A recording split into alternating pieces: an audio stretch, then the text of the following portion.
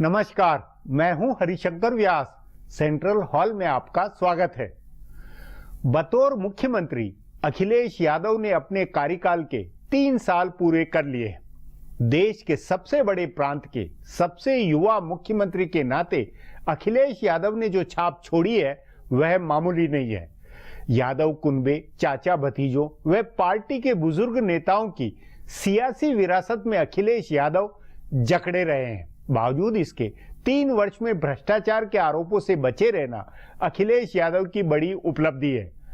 पंजाब में सुखविंदर सिंह बादल, पश्चिम बंगाल में ममता बनर्जी के राज से तुलना की जाए या नेताओं की नई पीढ़ी से तुलना हो तो अखिलेश यादव बेहतर निकलेंगे। अखिलेश यादव ने सहज स्वभाव में सत्ता संभाली है। उनके व्यवहार में सत्ता का अहंकार नहीं टपकेगा। बड़ी बड़बोली बातों और आत्म प्रशंसा नहीं सुनाई देगी। सरकार की उपलब्धियों और राज का जहां सवाल है उसमें बड़े प्रोजेक्ट है तो लोक लुभावन योजनाएं भी है। उत्तर प्रदेश मायावती के सख्त राज, मुलायम सिंह के ढीले राज और कांग्रेस के यथास्थितिवादी राज का गवाह रहा है। उस नाते अखिलेश यादव के राज की पहचान के प्रशासनिक मतलब अलग है और सियासी मतलब अलग। सवाल है कि क्या अखिलेश यादव ने 3 वर्षों में ऐसी कोई इमेज बनाई है जो बाद में उनकी सियासी पूंजी बने। उन्हें सन 2017 का चुनाव अपनी निज इमेज पर लड़ना है। क्या वैसा उनका काम हुआ है? आज इस पर चर्चा है, मगर उससे पहले गपशप और खास सुर्खियां। शुरुआत सियासी गपशप से करते हैं।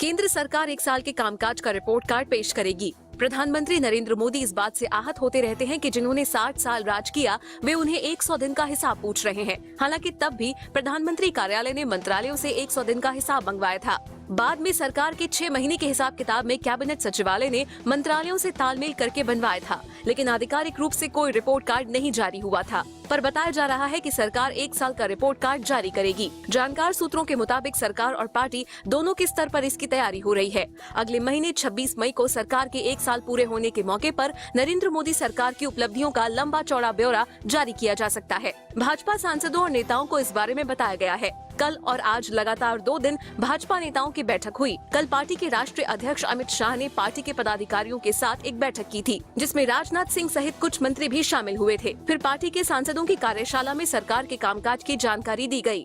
अगले महीने के बेंगलुरु में होने वाली राष्ट्रीय कार्यकारिणी में भी पार्टी नेताओं को सरकार की योजनाओं और उपलब्धियों के बारे में बताया जाएगा और उनसे इनका प्रचार करने को कहा जाएगा।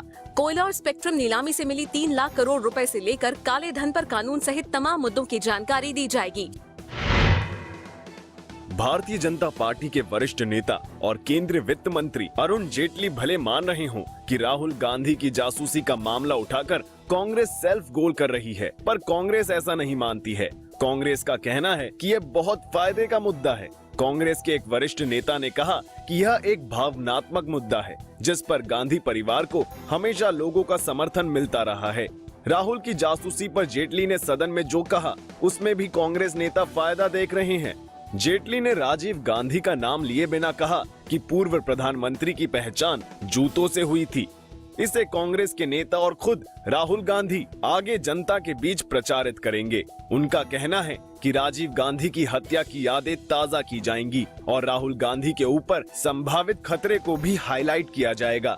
राहुल के करीबी एक कांग्रेस नेता का कहना है कि यह मुद्दा भी उठेगा कि जब राहुल 11 साल से सांसद हैं, तो अब जाकर उनकी प्रोफाइलिंग क्यों हुई है। इसे केंद्र में नरेंद्र मोदी की सरकार आने से जोड़ा जा रहा है। इस आधार पर कांग्रेस का आरोप है कि मोदी सरकार राहुल की जासूसी करा रही है। कांग्रेस नेता काले धन पर मोदी के दिए बयान और जासूसी पर जेटली के दिए बयान के राजनीतिक इस्तेमाल की तैयारी में है। प्रधानमंत्री ने काले धन पर कहा था कि किसी को छोड़ा नहीं जाएगा। इन दोनों बयानों पर कांग्रेस का कहना है कि गांधी परिवार को सरकार की ओर से ढके छिपे अंदाज में धमकियां दी जा रही हैं। कांग्रेस पार्टी अपने पुराने सहयोगियों को फिर से एकजुट करने की कोशिश कर रही है, लेकिन महाराष्ट्र में उसे जोर का झटका लगा है। शरद पवार की पार्टी एनसीपी सत्ता के साथ रहने की अपनी पुरानी सोच के तहत भाजपा से करीबी बढ़ा रही है। भाजपा को भी अपने बड़बोले सहयोगी शिवसेना को काबू में रखने के लिए महाराष्ट्र में एनसीपी की जरूरत है। एनसीपी के 41 विधायकों के दम पर ही भाजपा ने शुरुआत में सरकार बनाई थी। सो एनसीपी की मदद करके भाजपा ने शिवसेना पर तलवार लटकाई है। बहरहाल भाजपा के साथ मिलकर महाराष्ट्र विधान परिषद के अध्यक्ष पद से शिवाजी राव देशमुख को हटाने के एनसीपी के खेल के बाद कांग्रेस नेता बौखलाए हुए हैं। उनको लग रहा है कि पवार ने यूपीए को बड़ा करने की योजना पर पानी फेर दिया है। कांग्रेस पहले अपने सभी पुराने सहयोगियों को साथ लाने की कोशिश कर रही थी। भूमि बिल पर बनी अपनी विपक्ष की एकता के बहाने कांग्रेस पुराने सहयोगियों पर डोरे डाल रही है। कांग्रेस को लग रहा है कि तृणमूल कांग्रेस और डीएमके को यूपीए में लाया जा सकता है। जगमोहन की पार्टी वाईएसआर कांग्रेस भी यूपीए का हिस्सा बन सकती है। लालू प्रसाद और नीतीश कुमार दोनों कांग्रेस के प्रति सद्भाव दिखा रहे हैं। कांग्रेस के कुछ नेता उत्तर प्रदेश विधानसभा चुनाव से पहले बहुजन समाज पार्टी से तालमेल की बात चला रहे हैं, तो झारखंड में बाबूलाल मरांडी और हेमंत सोरेन दोनों कांग्रेस से तालमेल के इच्छुक बताए जा रहे हैं। अब आज की सुर्खियां ये लीक से कुछ हटकर है और इनसे देश की दशा दिशा को बूझ सकेंगे।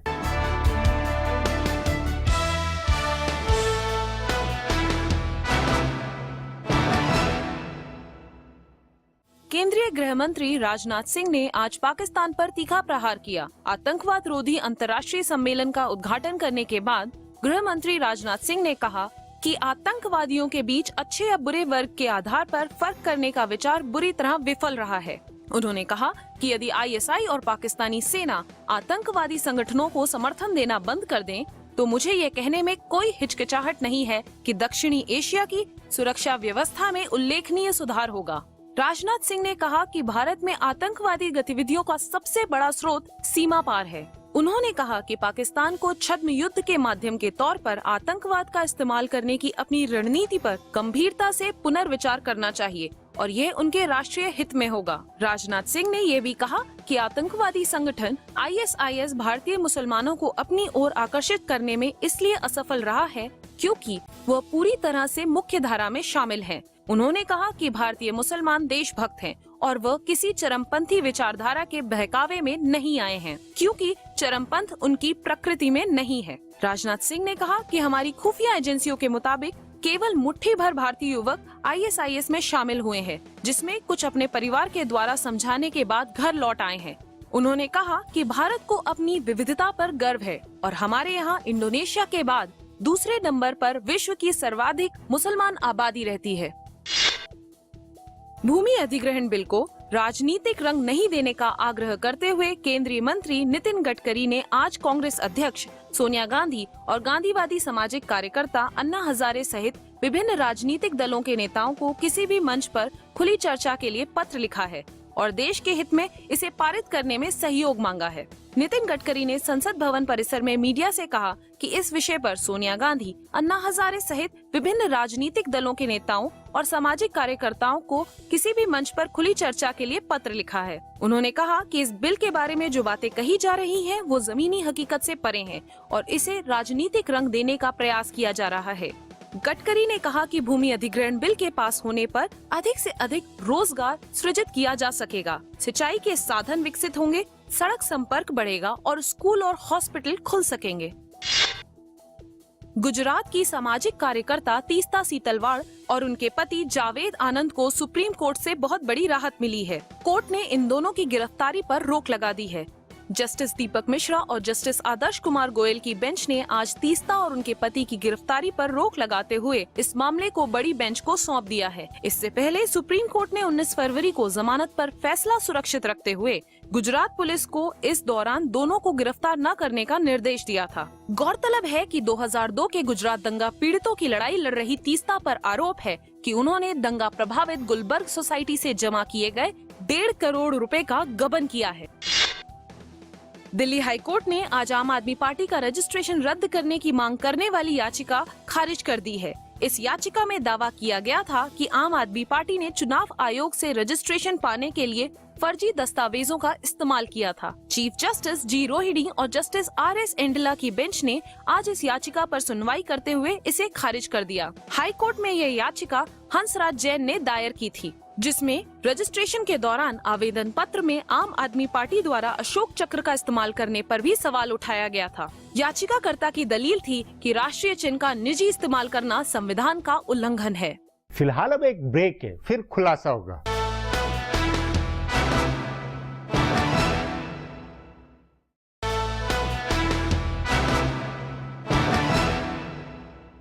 मुख्यमंत्री अखिलेश यादव के 3 साल सत्ता से समझने, झटका खाने और संभलने के अनुभव वाले हैं।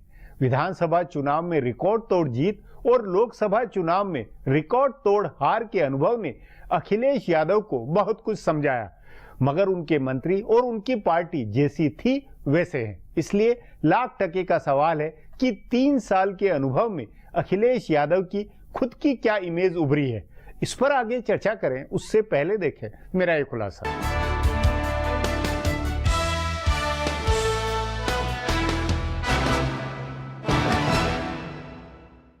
उत्तर प्रदेश के मुख्यमंत्री अखिलेश यादव के 3 साल के राजकाज की सबसे बड़ी उपलब्धि अगर बतानी हो तो उनके विरोधी भी कहेंगे कि उन्होंने 3 साल में अपनी साख बरकरार रखी है, निजी छवि पर कोई दाग नहीं लगने दिया है और सरकार के ऊपर भी किसी बड़े घोटाले का आरोप नहीं लगने दिया है। असल में पिछली मायावती की सरकार अपने आखिरी दिनों में भ्रष्टाचार के आरोपों से सबसे ज्यादा बदनाम हुई थी। एक के बाद एक उनके करीब 8 मंत्रियों के खिलाफ लोकायुक्त की रिपोर्ट आई थी और उस आधार पर उन्होंने मंत्रियों को हटाया था। कई मंत्री चुनाव से ऐन पहले जेल गए थे। सो अखिलेश यादव को इसका अंदाजा है कि लोगों ने 2012 के चुनाव में उनको मायावती की सरकार पर लगे भ्रष्टाचार के आरोपों के कॉन्ट्रास्ट में चुनकर सत्ता दी थी, इसलिए उस मोर्चे पर उन्हें ढिलाई नहीं बरतनी है। उत्तर प्रदेश में दूसरा बड़ा मुद्दा कानून और व्यवस्था का रहा है। समाजवादी पार्टी के राज में कानून व्यवस्था कभी पटरी पर नहीं रही है। मुलायम सिंह यादव के 3 साल के राज के बाद 2007 में लोगों ने कानून व्यवस्था बेहतर होने की उम्मीद में ही मायावती की पार्टी बसपा को पूर्ण बहुमत दिया था। मायावती ने काफी हद तक कानून व्यवस्था बनाए रखी थी। इसके बावजूद लोगों ने और बेहतर होने की उम्मीद में सपा को पूर्ण बहुमत दिया। अपने शुरुआती कामकाज में अखिलेश यादव की बतौर मुख्यमंत्री ढीली ढाली छवि बनी थी। सभी पार्टियों ने यह आरोप लगाया कि उत्तर प्रदेश में 4 सीएम और एक सुपर सीएम है। मुलायम सिंह से लेकर शिवपाल यादव, राम गोपाल यादव और आजम खान पर सरकार के कामकाज में दखल देने के आरोप लगते रहे। इस वजह से सरकार का कामकाज बिखरा हुआ दिखा और तभी मुलायम सिंह ने खुद कई बार कहा कि सरकार ठीक से काम नहीं कर पा रही है। पर पिछले साल लोकसभा का चुनाव हारने के बाद अखिलेश ने सरकार की छवि ठीक करने और पार्टी व सरकार के बीच तालमेल बेहतर बनाने का जिम्मा अपने हाथ में लिया। उसके बाद हालात काबू में आए हैं। लोकसभा चुनाव के बाद खाली हुई विधानसभा सीटों पर हुए उपचुनाव में सपा ने गजब वापसी की। भाजपा विधायकों की जीती हुई सीटें भी सपा ने हासिल की। विधान परिषद चुनाव में भी सपा ने अपने कोटे से ज्यादा एक सीट जीती। सो राजनीतिक प्रबंधन समाजवादी पार्टी ने ठीक कर लिया है। लोकसभा की हार के बाद पार्टी ने सबक लिया है और राजनीतिक व प्रशासनिक दोनों प्रबंधन में पूरी ताकत लगाई है। पहले 3 साल में अखिलेश यादव ने लैपटॉप बांटने की अपनी योजना को काफी हद तक अमली जामा पहनाया है, वह भी बिना किसी घोटाले के आरोप के। महिलाओं और युवाओं के लिए नई योजनाएं शुरू की हैं। निवेशकों के बीच प्रदेश की छवि ठीक करने का प्रयास किया है।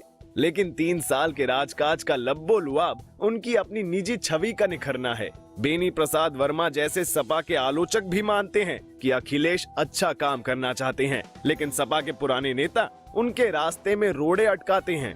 लेकिन धीरे धीरे अखिलेश यादव इस आरोप से भी बाहर निकल रहे हैं। उन्होंने पार्टी और प्रशासन पर अपनी पकड़ बनाई है।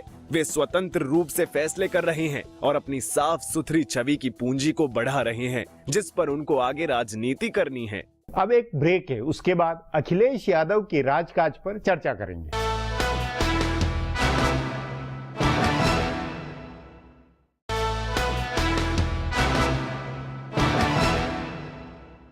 भारत की राजनीति में एक पीढ़ी से दूसरी पीढ़ी का सत्ता हस्तांतरण और फिर राजकाज बहुत टेढ़ा मसला है। उत्तर प्रदेश में समाजवादी पार्टी और मुलायम सिंह यादव के परिवार के जो संस्कार है, उसमें अखिलेश यादव का बिना बदनामी के टिके रहना बहुत बड़ी बात है। इस पर चर्चा के लिए आज मेरे साथ वरिष्ठ पत्रकार शीला भट्ट है।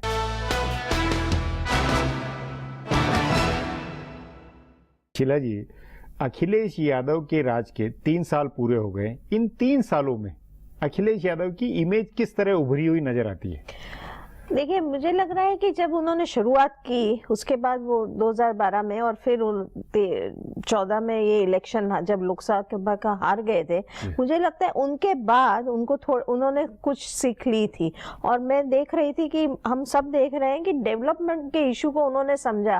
पहले मुझे लगता है कहीं टेबल पे बैठ के उनके सलाहकारों ने उनको सलाह दी है कि नरेंद्र मोदी की जीत इतनी बड़ी हुई कैसे। तो वो 2 कारण से हुई कि लोगों की आकांक्षाओं के साथ आप अपना तालमेल बढ़ाइए और डेवलपमेंट की बातें करिए, तो वो 2 कर रहे हैं। लेकिन अखिलेश यादव का फायदा एक ये हुआ कि अभी उनके 2-3 साल बाकी थे, उस टाइम हार हुई है, तो हार से सीखने का और उसको सुधारने का मौका उनको जरूर मिला। और मुझे लग रहा है कि थोड़ा सा हम दिल्ली से देख रहे हैं लखनऊ को, तो थोड़ा हमें दिख रहा है कि वो थोड़ा कुछ तो उन्होंने कुछ बाजी संभाली थी, लेकिन लॉ एंड ऑर्डर की सिचुएशन ऐसी है जो उनके हाथ में नहीं जो आ अभी रही। भी। पर क्या ये नहीं लगता ये समाजवादी पार्टी, उनके परिवार और ये जो मंत्री विरासत में, उन सब के कारण प्रशासन जो है उसके कारण ये ज्यादा है? देखिए, वही मैं बता रही थी आपको कि मुझे लग रहा है कि अखिलेश यादव ने जब सत्ता की कमान संभाली तो वो बड़े अच्छी तरह पेश नहीं आ रहे थे। कह रहे थे ना 5 CM है।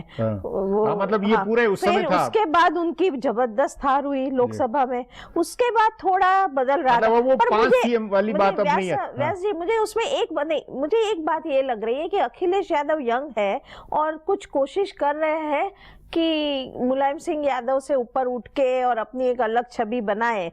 पर वो क्या हो रहा है कि हिंदी फिल्म में कहते हैं ना आइटम नंबर जैसा हो रहा है। वो आइटम नंबर कुछ ले आते हैं डेवलपमेंट के नाम पे कि लखनऊ में मेट्रो की जो हलचल मच गई है या थोड़े डेवलपमेंट की बातें हो रही है, IT में बातें हो रही है।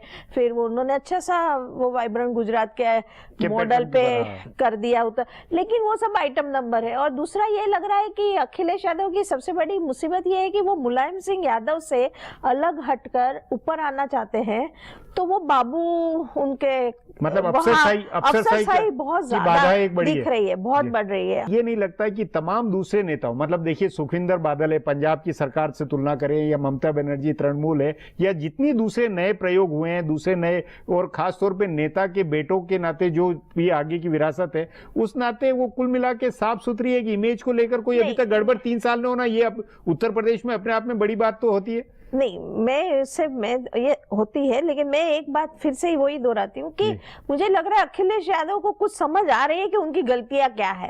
मुझे लगता है उनकी ग्रिप लॉ एंड ऑर्डर पे नहीं है। और मुलायम सिंह यादव की जो तबीयत की खबरें आती है वो भी एक चिंता की बात हो जाती है। पर देखिए, उसमें मुझे एक ये लग रहा है कि उनकी छवि, और ये जो उन्होंने ट्रेन भेजी, ये जो बूढ़े लोगों को हरिद्वार, वो भी एक नया सा पॉलिटिकल मैसेज दे रही है। मध्य प्रदेश में भी हुआ, वो राजस्थान में भी, वो भी तीर्थ वाले, ये जो लटके, ये लोक लुभावन योजना है और बड़े प्रोजेक्ट, ये दोनों अपनी जगह। लेकिन बुनियादी तौर पर सवाल ये कि क्या सचमुच में 3 सालों में उनकी कोई सियासी इमेज ऐसी बनी है क्या जो आगे के चुनाव में उनकी पूंजी साबित होगी? मुझे लग रहा है कि 2 चीज का जबरदस्त फायदा अखिलेश यादव को मिल रहा है, इसलिए हम ये आज इसकी इंपॉर्टेंट चर्चा कर रहे हैं, उत्तर प्रदेश जैसे इंपॉर्टेंट स्टेट की। और वो 2 बात ये है कि अभी तक मायावती अपनी हार की मनोदशा से ऊपर उठ के कोई ठोस प्रोग्राम लाई नहीं है। वो एक बहुत बड़ी बात है। मायावती की रिवाइवल दिख नहीं रही है, एक। और दूसरी बात, नरेंद्र मोदी की जो जीत हुई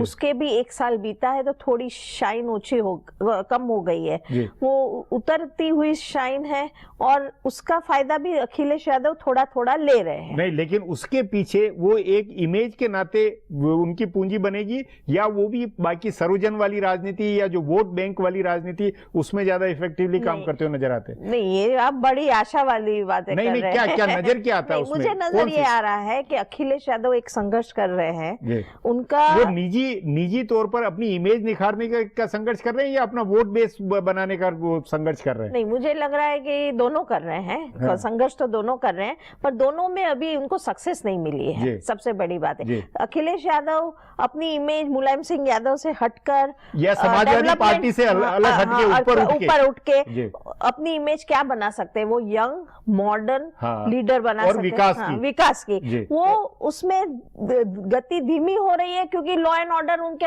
कब्जे में आ नहीं रहा है। उसका कारण ये है कि उनकी फैमिली है जो बीच में आती है हर जगह पे उनको, और दूसरा ये जो बाबूडम पे जो बाबू अफसरों पे जो इतना निर्भर करते हैं ना, वो पॉलिटिशियन इतने ज्यादा सक्सेस नहीं होते हैं। तो मुझे लग रहा है कि अखिलेश की सबसे बड़ी समस्या ये भी है कि उनके वहाँ बाबूज बहुत मजबूत हो गए, और जो सिस्टम है, सिस्टम से लड़ने का या भ्रष्टाचार से लड़ने का वो कोई नया तरीका वो नहीं देख पा रहे। और मैं एक बात खास ये कहना चाहती हूँ कि वो समझ रहे हैं कि उत्तर प्रदेश और बिहार वही 2019 का नरेंद्र मोदी की फ्यूचर तय करेंगे, बीजेपी की फ्यूचर। उसमें 2017 का ये जो उत्तर प्रदेश का जो चुनाव आएगा वो निर्णायक होगा, क्योंकि वो 2019 को तय करने वाला है।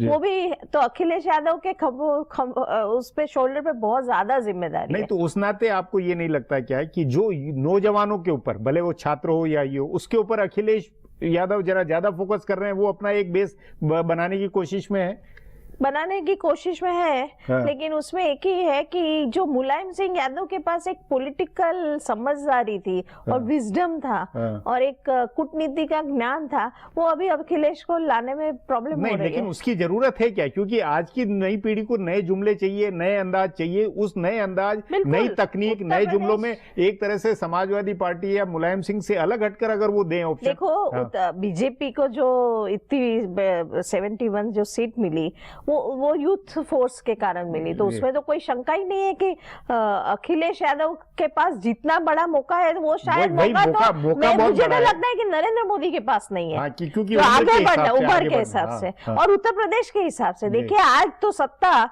वो तो नरेंद्र मोदी खुद बोल चुके हैं कि सत्ता तो अभी स्टेट के पास है, और जब नया फाइनेंस कमीशन के हिसाब से तो पैसे भी ज्यादा मिल रहे हैं। अब फंड की कमी, अब अखिलेश यादव ये नहीं कह सकते कि उत्तर प्रदेश के पास फंड नहीं है। उस नाते अगले 2 वर्ष ज्यादा अखिलेश यादव के लिए चुनौतीपूर्ण होंगे शायद। उनको अभी आइडियाज और नई पॉलिटिक्स की जरूरत है, नई राजनीति की जरूरत, और जो नए ढंग से कनेक्टिविटी की कनेक्टिविटी और नई राजनीति जो उनको मुलायम सिंह यादव से हटकर कोई नया नेता बनाने की एक नहीं। लेकिन आप और हमने जब वो उत्तर प्रदेश विधानसभा का चुनाव कवर किया था, उस समय अखिलेश यादव जो प्रचार कर रहे थे, जो उम्मीद थे, और आज 3 साल बाद साइकिल पे चलते हुए घूमते हुए वो नजर आते, उस मुकाबले में आज किस तरह की समीक्षा अंतिम लबोलुआब निकलता है अखिलेश यादव के लिए? उन्होंने वो संघर्ष किए उन्होंने, पर सफलता नहीं है। सफलता नहीं है। जी शीला जी, बातचीत को यहीं समाप्त करेंगे। प्रोग्राम में आने के लिए बहुत बहुत धन्यवाद। हमारा प्रोग्राम अब यहीं खत्म होता है, मुझे इजाजत दीजिए। कल फिर मिलेंगे इसी चैनल पर, इसी समय।